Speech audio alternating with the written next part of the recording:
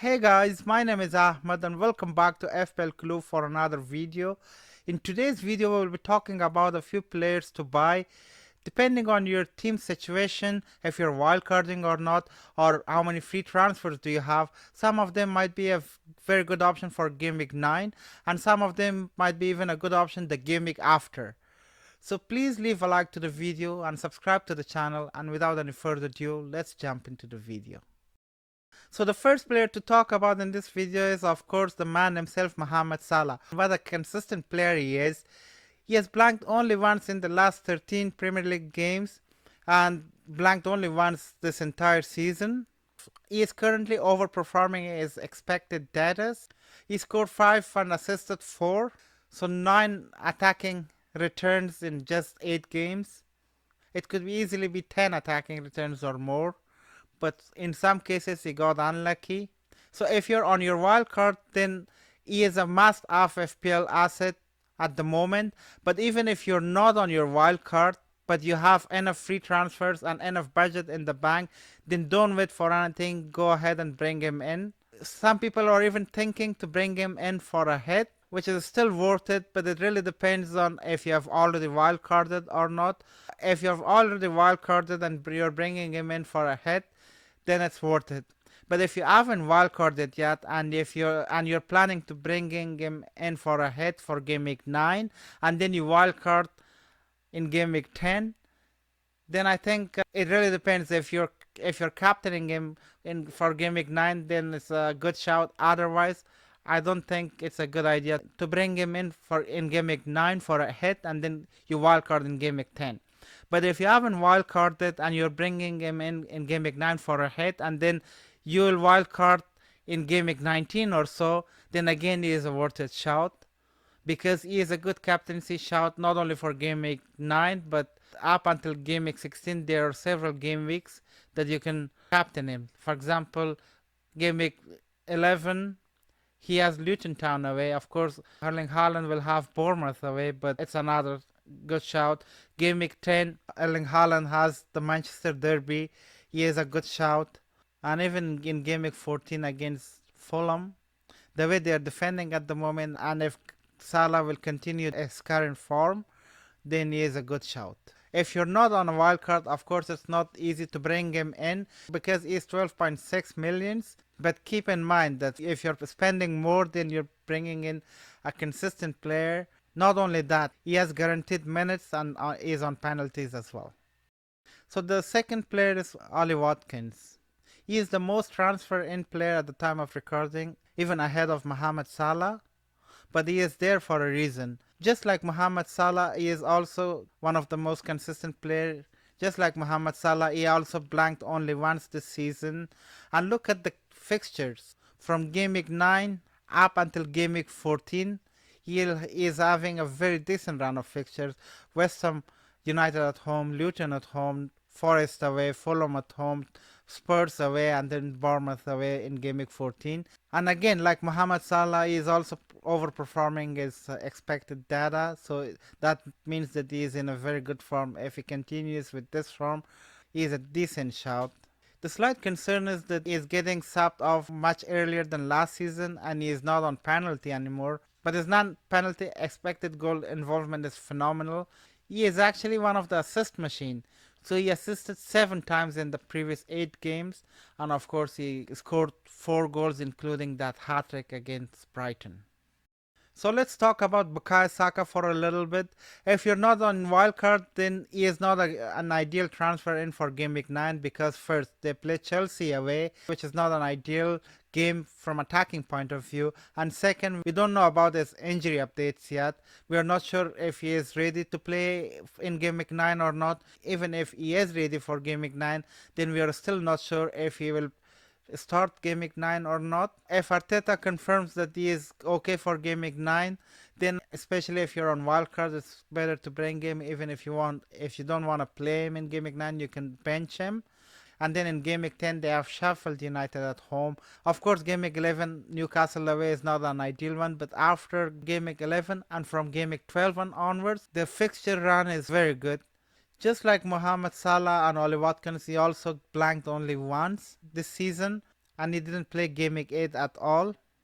And of course, we cannot guarantee that he will take all the Arsenal penalties moving forward, but he doesn't even need penalties to score goals. So if you're on wildcard, bring him in Game Week 9 and play him or bench him. And from Game Week 10 and onwards, you can play him. And if you're not on wildcard, you can make a route to bring him in either on Game Week 10 against Sheffield United, or if not, then from Game Week 12 and onwards. He should be once again one of the essentials in your FPL teams. So the next player is Jarrod Bowen, 7.3 million, and he is only selected by 18.4% FPL managers at the time of recording, so he is still a great differential. So he is one of those players that has been listed as a midfielder but plays as a forward for the majority of the games, and his minutes is guaranteed. He has already scored 5 goals and 1 assist. And let's not forget that in this period of time, they play Liverpool, Manchester City and Chelsea. Of course, he blanked against Chelsea and City, and he returned against Liverpool. And his upcoming fixtures are Villa away, Everton at home, Brentford away, Forest at home, Burnley away, and Crystal Palace at home. Game Week 9 necessarily is not a very easy fixture, but from Game Week 10 and onwards, he is a very good pick. Again, if you're on your wild card, and if you want to bring Jarrod Bowen even from Game Week 9 and play him against Aston Villa away, still he might get something out of that game. But from Game Week 10 and onwards, probably his ownership might even go higher and higher and higher, and he will be one of the essential players. Diaby is one of my favorite transfer in player for Game Week 9. I'm planning to bring him in for Sterling in my own FPL team for this game week. Just like Bowen, he is also one of those players that has been listed as a midfielder in FPL, but he plays in those advanced positions of the pitch. His attacking contribution is phenomenal, especially for his price tag.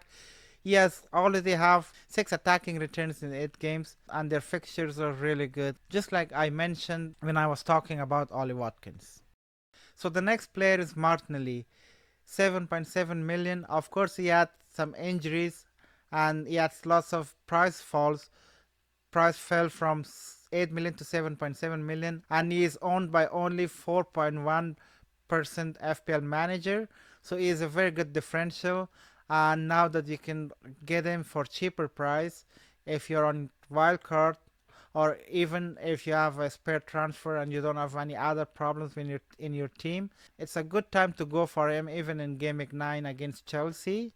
But from Game Week 10 and onwards, he is again one of the essential Arsenal midfielders alongside Bukayo Saka. Most of people will go triple Arsenal players from Game Week 10 or 12 and onwards. So probably you could have him alongside Bukayo Saka and someone like Gabriel, who is also cheap in price. But even without that, if you're not bringing triple Arsenal players, the first choice still is Bukayo Saka if he is fit. And then after that, I would rate Martinelli as a second, and then likes of Gabriel Jesus or Gabriel the defender as third. With Liverpool's great fixtures, you might want to bring some more Liverpool assets alongside Mohamed Salah. Probably you might not be able to afford Trent, and probably you might not even afford Darwin Núñez because you might already have Watkins as your second striker. Then Luis Diaz is the other player that's worth it to go for, 7.5 million, and is owned by only 9.5%, so he's also another differential. His minutes are actually not too bad. He has started in 7 out of the 8 games, and even the game that he was benched, he just came on in the start of the second half. And of course, in one of the game he was subbed off earlier in around half an hour mark, and that's because of Van Dijk red card, so that was a tactical one. But most of the games that he has been played at least and 65 minutes up to 80-85 minutes. His underlying numbers are also looking good. There's no assist for him, but he scored 2 goals. And with this round of fixtures, we might see some more attacking returns from Luis Diaz. And I just saw the news of Robertson being injured in the international break. Now all of a sudden, Tsimikas is also another good option that you could go for. Very cheap in price. Liverpool might get some clean sheets, and also Tsimikas on his day could produce some attacking returns as well. And that's it for today. I hope that you guys enjoyed the content. If you have any questions and or dilemma, please make sure to mention in the comment. I'll respond to each and every comments. And also, please don't forget to leave a like to the video and subscribe to the channel. And I'll see you guys again soon.